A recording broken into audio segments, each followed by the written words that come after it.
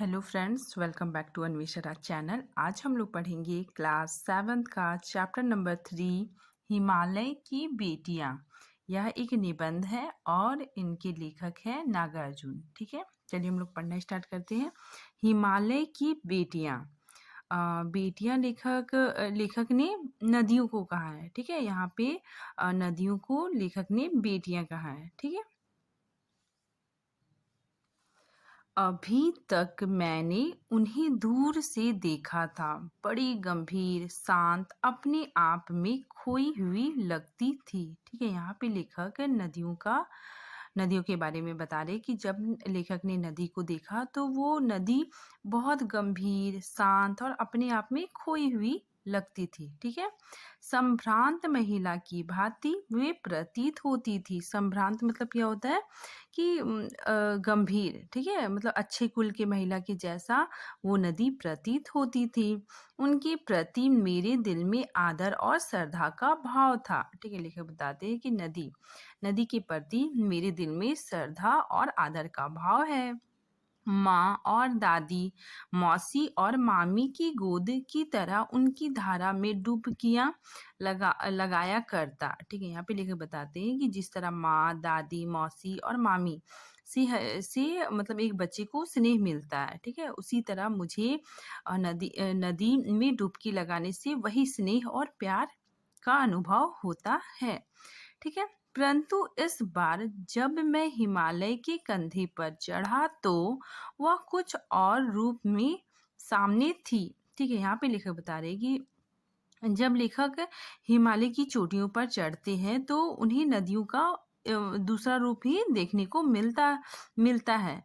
ठीक, मैं हैरान था। लेखक बता रहे हैं कि मैं बहुत हैरान था, मतलब मैं बहुत आश्चर्यचकित था कि यही दुबली पतली गंगा, यही यमुना, यही सतलुज समतल मैदानों में उतरकर विशाल कैसे हो जाती है। ठीक है, मतलब लेखक बहुत हैरान थे कि वो देखते हैं कि हिमालय की चोटियां से पतली पतली धारा में गंगा नदी बह रही है, यमुना बह रही है और सतलुज बह रही है।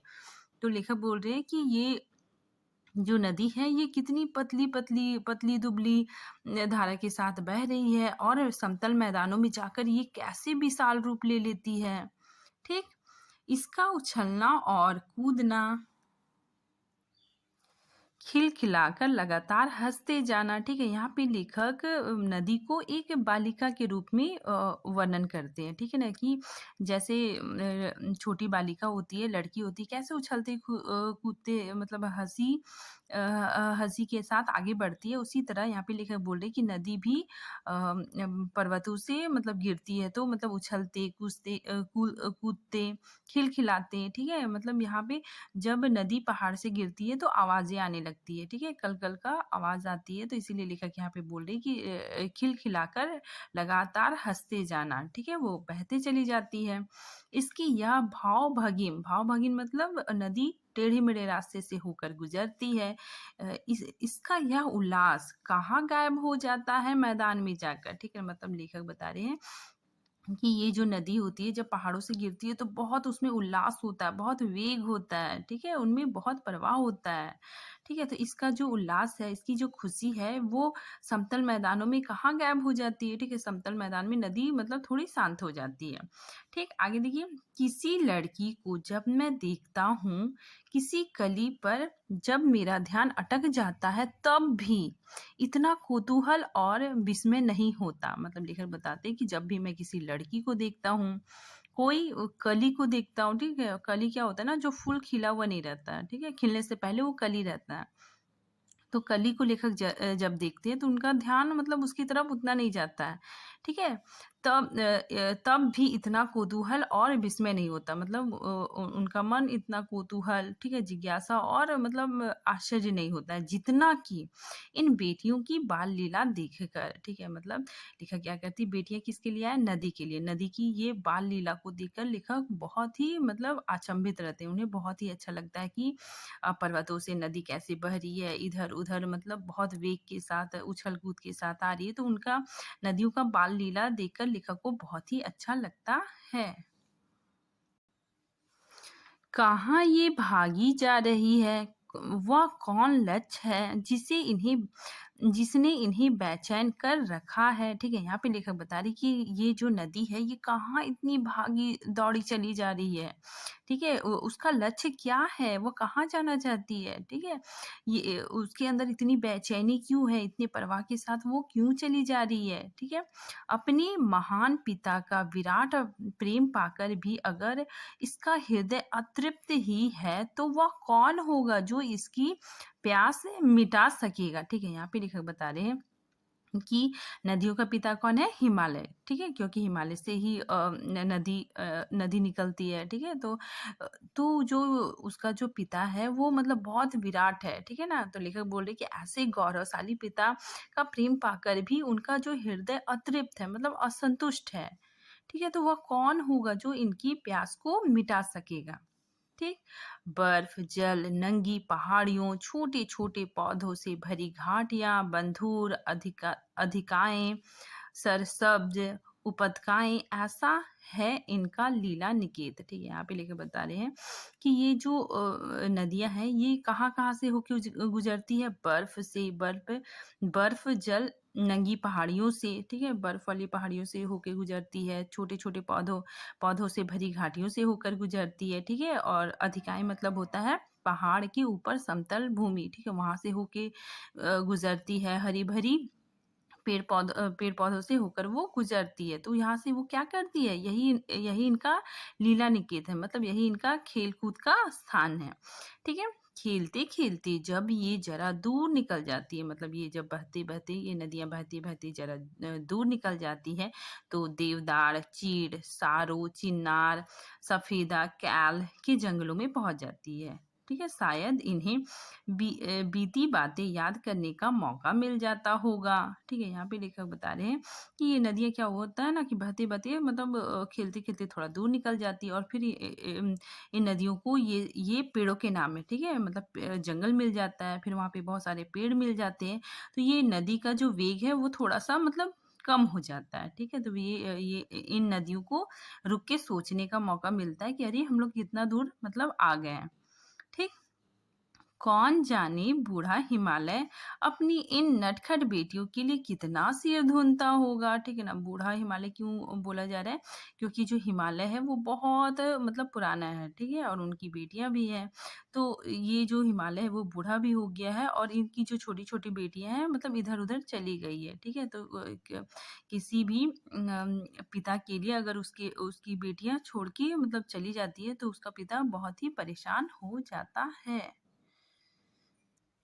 इसलिए यहाँ पे लेखक बोल रहे हैं कि जब बेटियां घर छोड़कर चली जाती है तो पिता बहुत परेशान होते होंगे। ठीक है, बड़ी बड़ी चोटियों से जाकर पूछिए तो उत्तर में विराट मौन के सिवा उनके पास और रखा ही क्या है। ठीक है, यहाँ पे लेखक बता रहे कि आप क्या करो ना, मतलब बड़ी बड़ी चोटियों के पास चले जाओ। ठीक है, और वहां पे पूछो कि ये नदी आखिर कहाँ जा रही है, कहाँ भागी जा रही है, तो उनके पास कुछ भी जवाब नहीं होता है। वे कैसे होते, एकदम मौन, मौन के सिवा उनके पास कोई भी जवाब नहीं होता है। सिंधु और ब्रह्मपुत्र ये दो ऐसे नाम हैं जिसका नाम सुनते ही रावी, सतलुज, ब्यास, चनाब, झेलम, काबुल को कुंभा भी बोला जाता है, कपीसा, गंगा, यमुना, सरयू, गंडक, कोसी आदि हिमालय की छोटी बड़ी सभी नदियां आंखों के सामने नाचने लगती है। ठीक है, मतलब सिंधु और ब्रह्मपुत्र का नाम सुनते भी अन्य नदियों का भी हमें नाम याद आने लग जाता है, क्योंकि ये नदियां भी मतलब छोटी छोटी नदियां हैं जो हिमालय से निकलती है और सिंधु ब्रह्मपुत्र में मिल जाती है। ठीक है, तो लेखक इसीलिए बता रहे हैं कि मतलब ये सारी नदियों के नाम आंखों के सामने नाचने लगते हैं। ठीक है, हमारे आंखों के सामने आ जाते हैं। वास्तव में सिंधु और ब्रह्मपुत्र स्वयं कुछ नहीं है। लेखक बताते हैं कि जो सिंधु और ब्रह्मपुत्र इतनी बड़ी बड़ी नदी है ये वास्तव में कुछ भी नहीं है, क्योंकि दयालु हिमालय की पिघले हुए दिल की एक एक बूंद ना जाने कब से इकट्ठा हो होकर इन दो महानंदों के रूप में समुद्र की ओर प्रवाहित होती रही है। ठीक है, मतलब ये जो हिमालय है वो दयालु है। ठीक है, और इसी का बर्फ पिघल पिघल कर मतलब इकट्ठा होकर ही ये दो महान नदियां मतलब जाके समुद्र में मिल जाती है, ठीक है?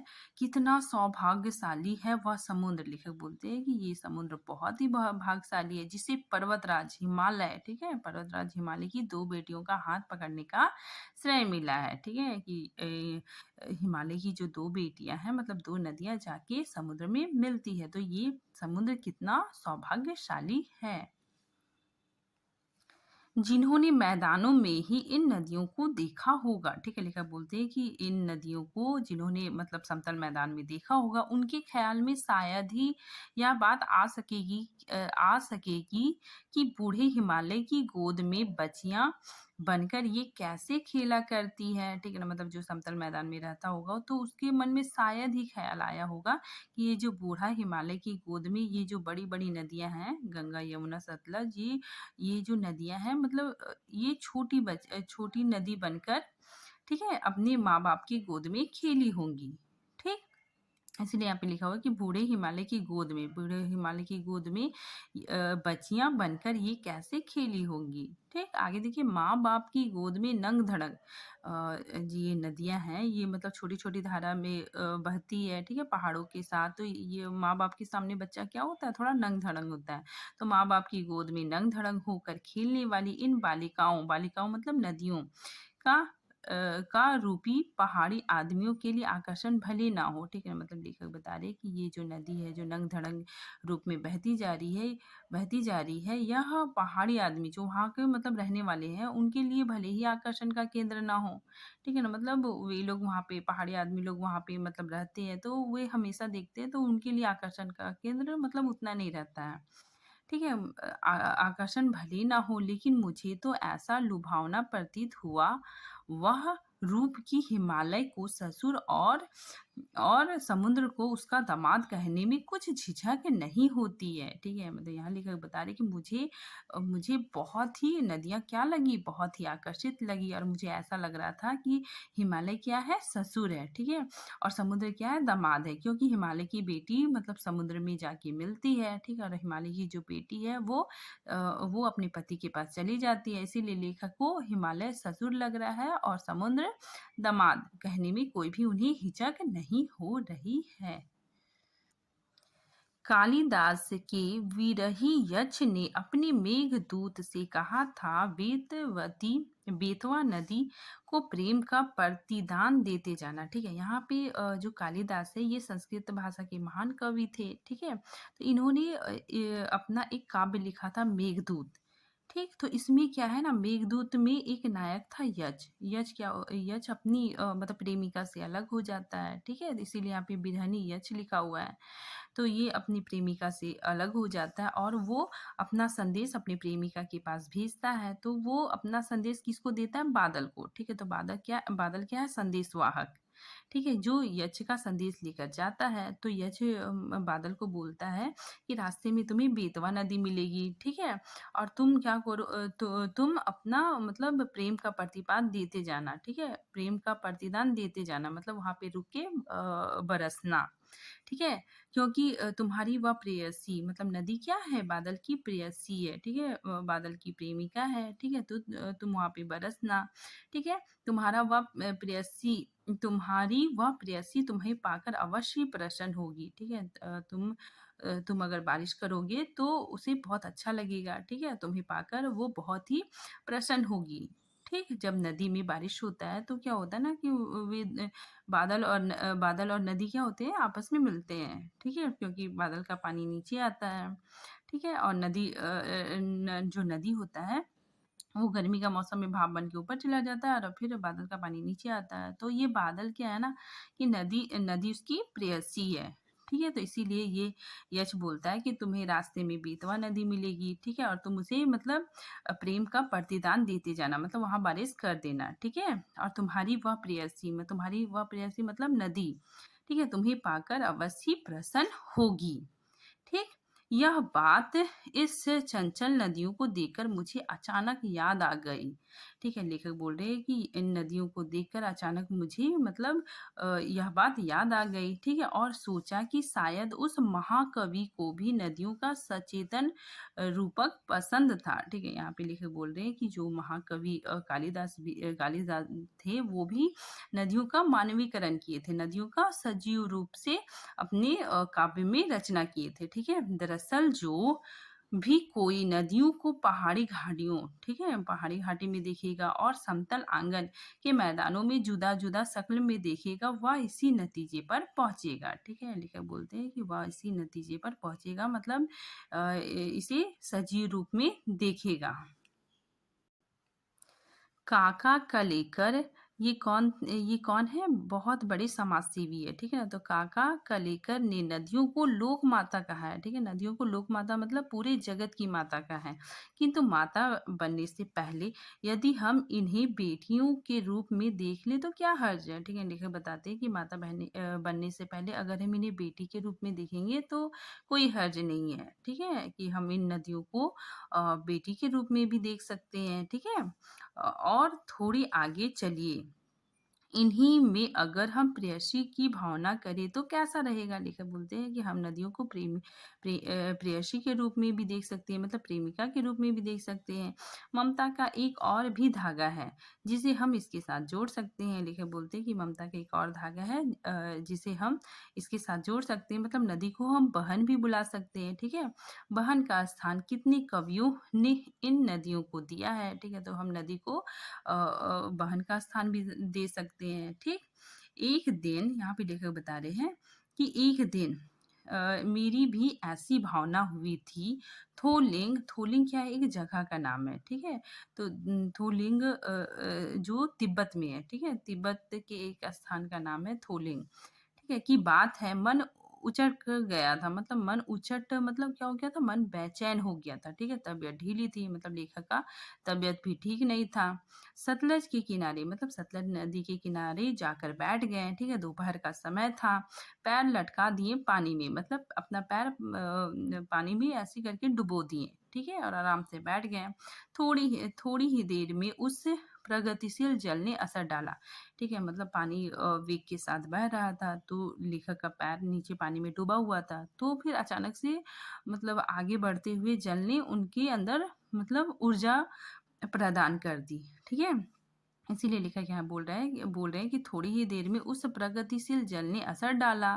ठीक है? तन और मन ताज़ा हो गया मतलब तन और मन क्या हो गया? पूरी तरह से फ्रेश हो गया। ठीक है? मेरा मन और तन दोनों ताज़ा हो गया तो लगा गुनगुनाने फिर लेखक यहाँ पे गुनगुनाने लगते हैं। उसके बाद फिर लेखक एक कविता की रचना कर देते हैं। ठीक है? जय हो सतलज बहन तुम्हारी जय हो। लीला अचरज बहन तुम्हारी जो लीला है वो अनोखी है, ठीक है? तुम्हारी जो लीला क्या है? अचरज मतलब अनोखी है। हुआ मुद्रित मन हट खुमारी, ठीक है? मैं क्या हो गया? मुद्रित हो गया, बहुत प्रसन्न हो गया, ठीक है? मेरा मन प्रसन्न हो गया और खुमारी मतलब थकावट, ठीक है? मेरी थकावट भी खत्म हो गई। जाऊं मैं तुम पर बलिहारी, मैं तुम पे निछावर हो जाऊं, ठीक? तुम बेटी तुम क्या हो? तुम बेटी भी हो या बाप हिमालय, तुम्हारा पिता कौन है? हिमालय है। चिंतित पर चुपचाप हिमालय, हिमालय क्या कर रहा है? तुमको चिंतित एकदम चुपचाप तुम्हें चिंता के साथ देखता है, ठीक है?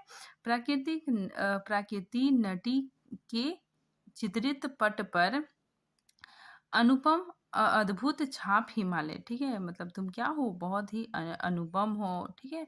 अद्भुत छाप छोड़े हुए हो प्राकृतिक में, ठीक है? और हिमालय भी क्या है कि हिमालय भी अनुपम है, ठीक है? हिमालय भी क्या है? अद्भुत छाप छोड़े हुए प्राकृतिक में, ठीक है? जय हो सतलज बहन तुम्हारी। यहाँ पे लेखक बोल रहे हैं कि बहन सतलज तुम्हारी जय हो, ठीक है? और इसे लिखा किसने है? नागार्जुन ने। बस इतना ही है। Thank you friends.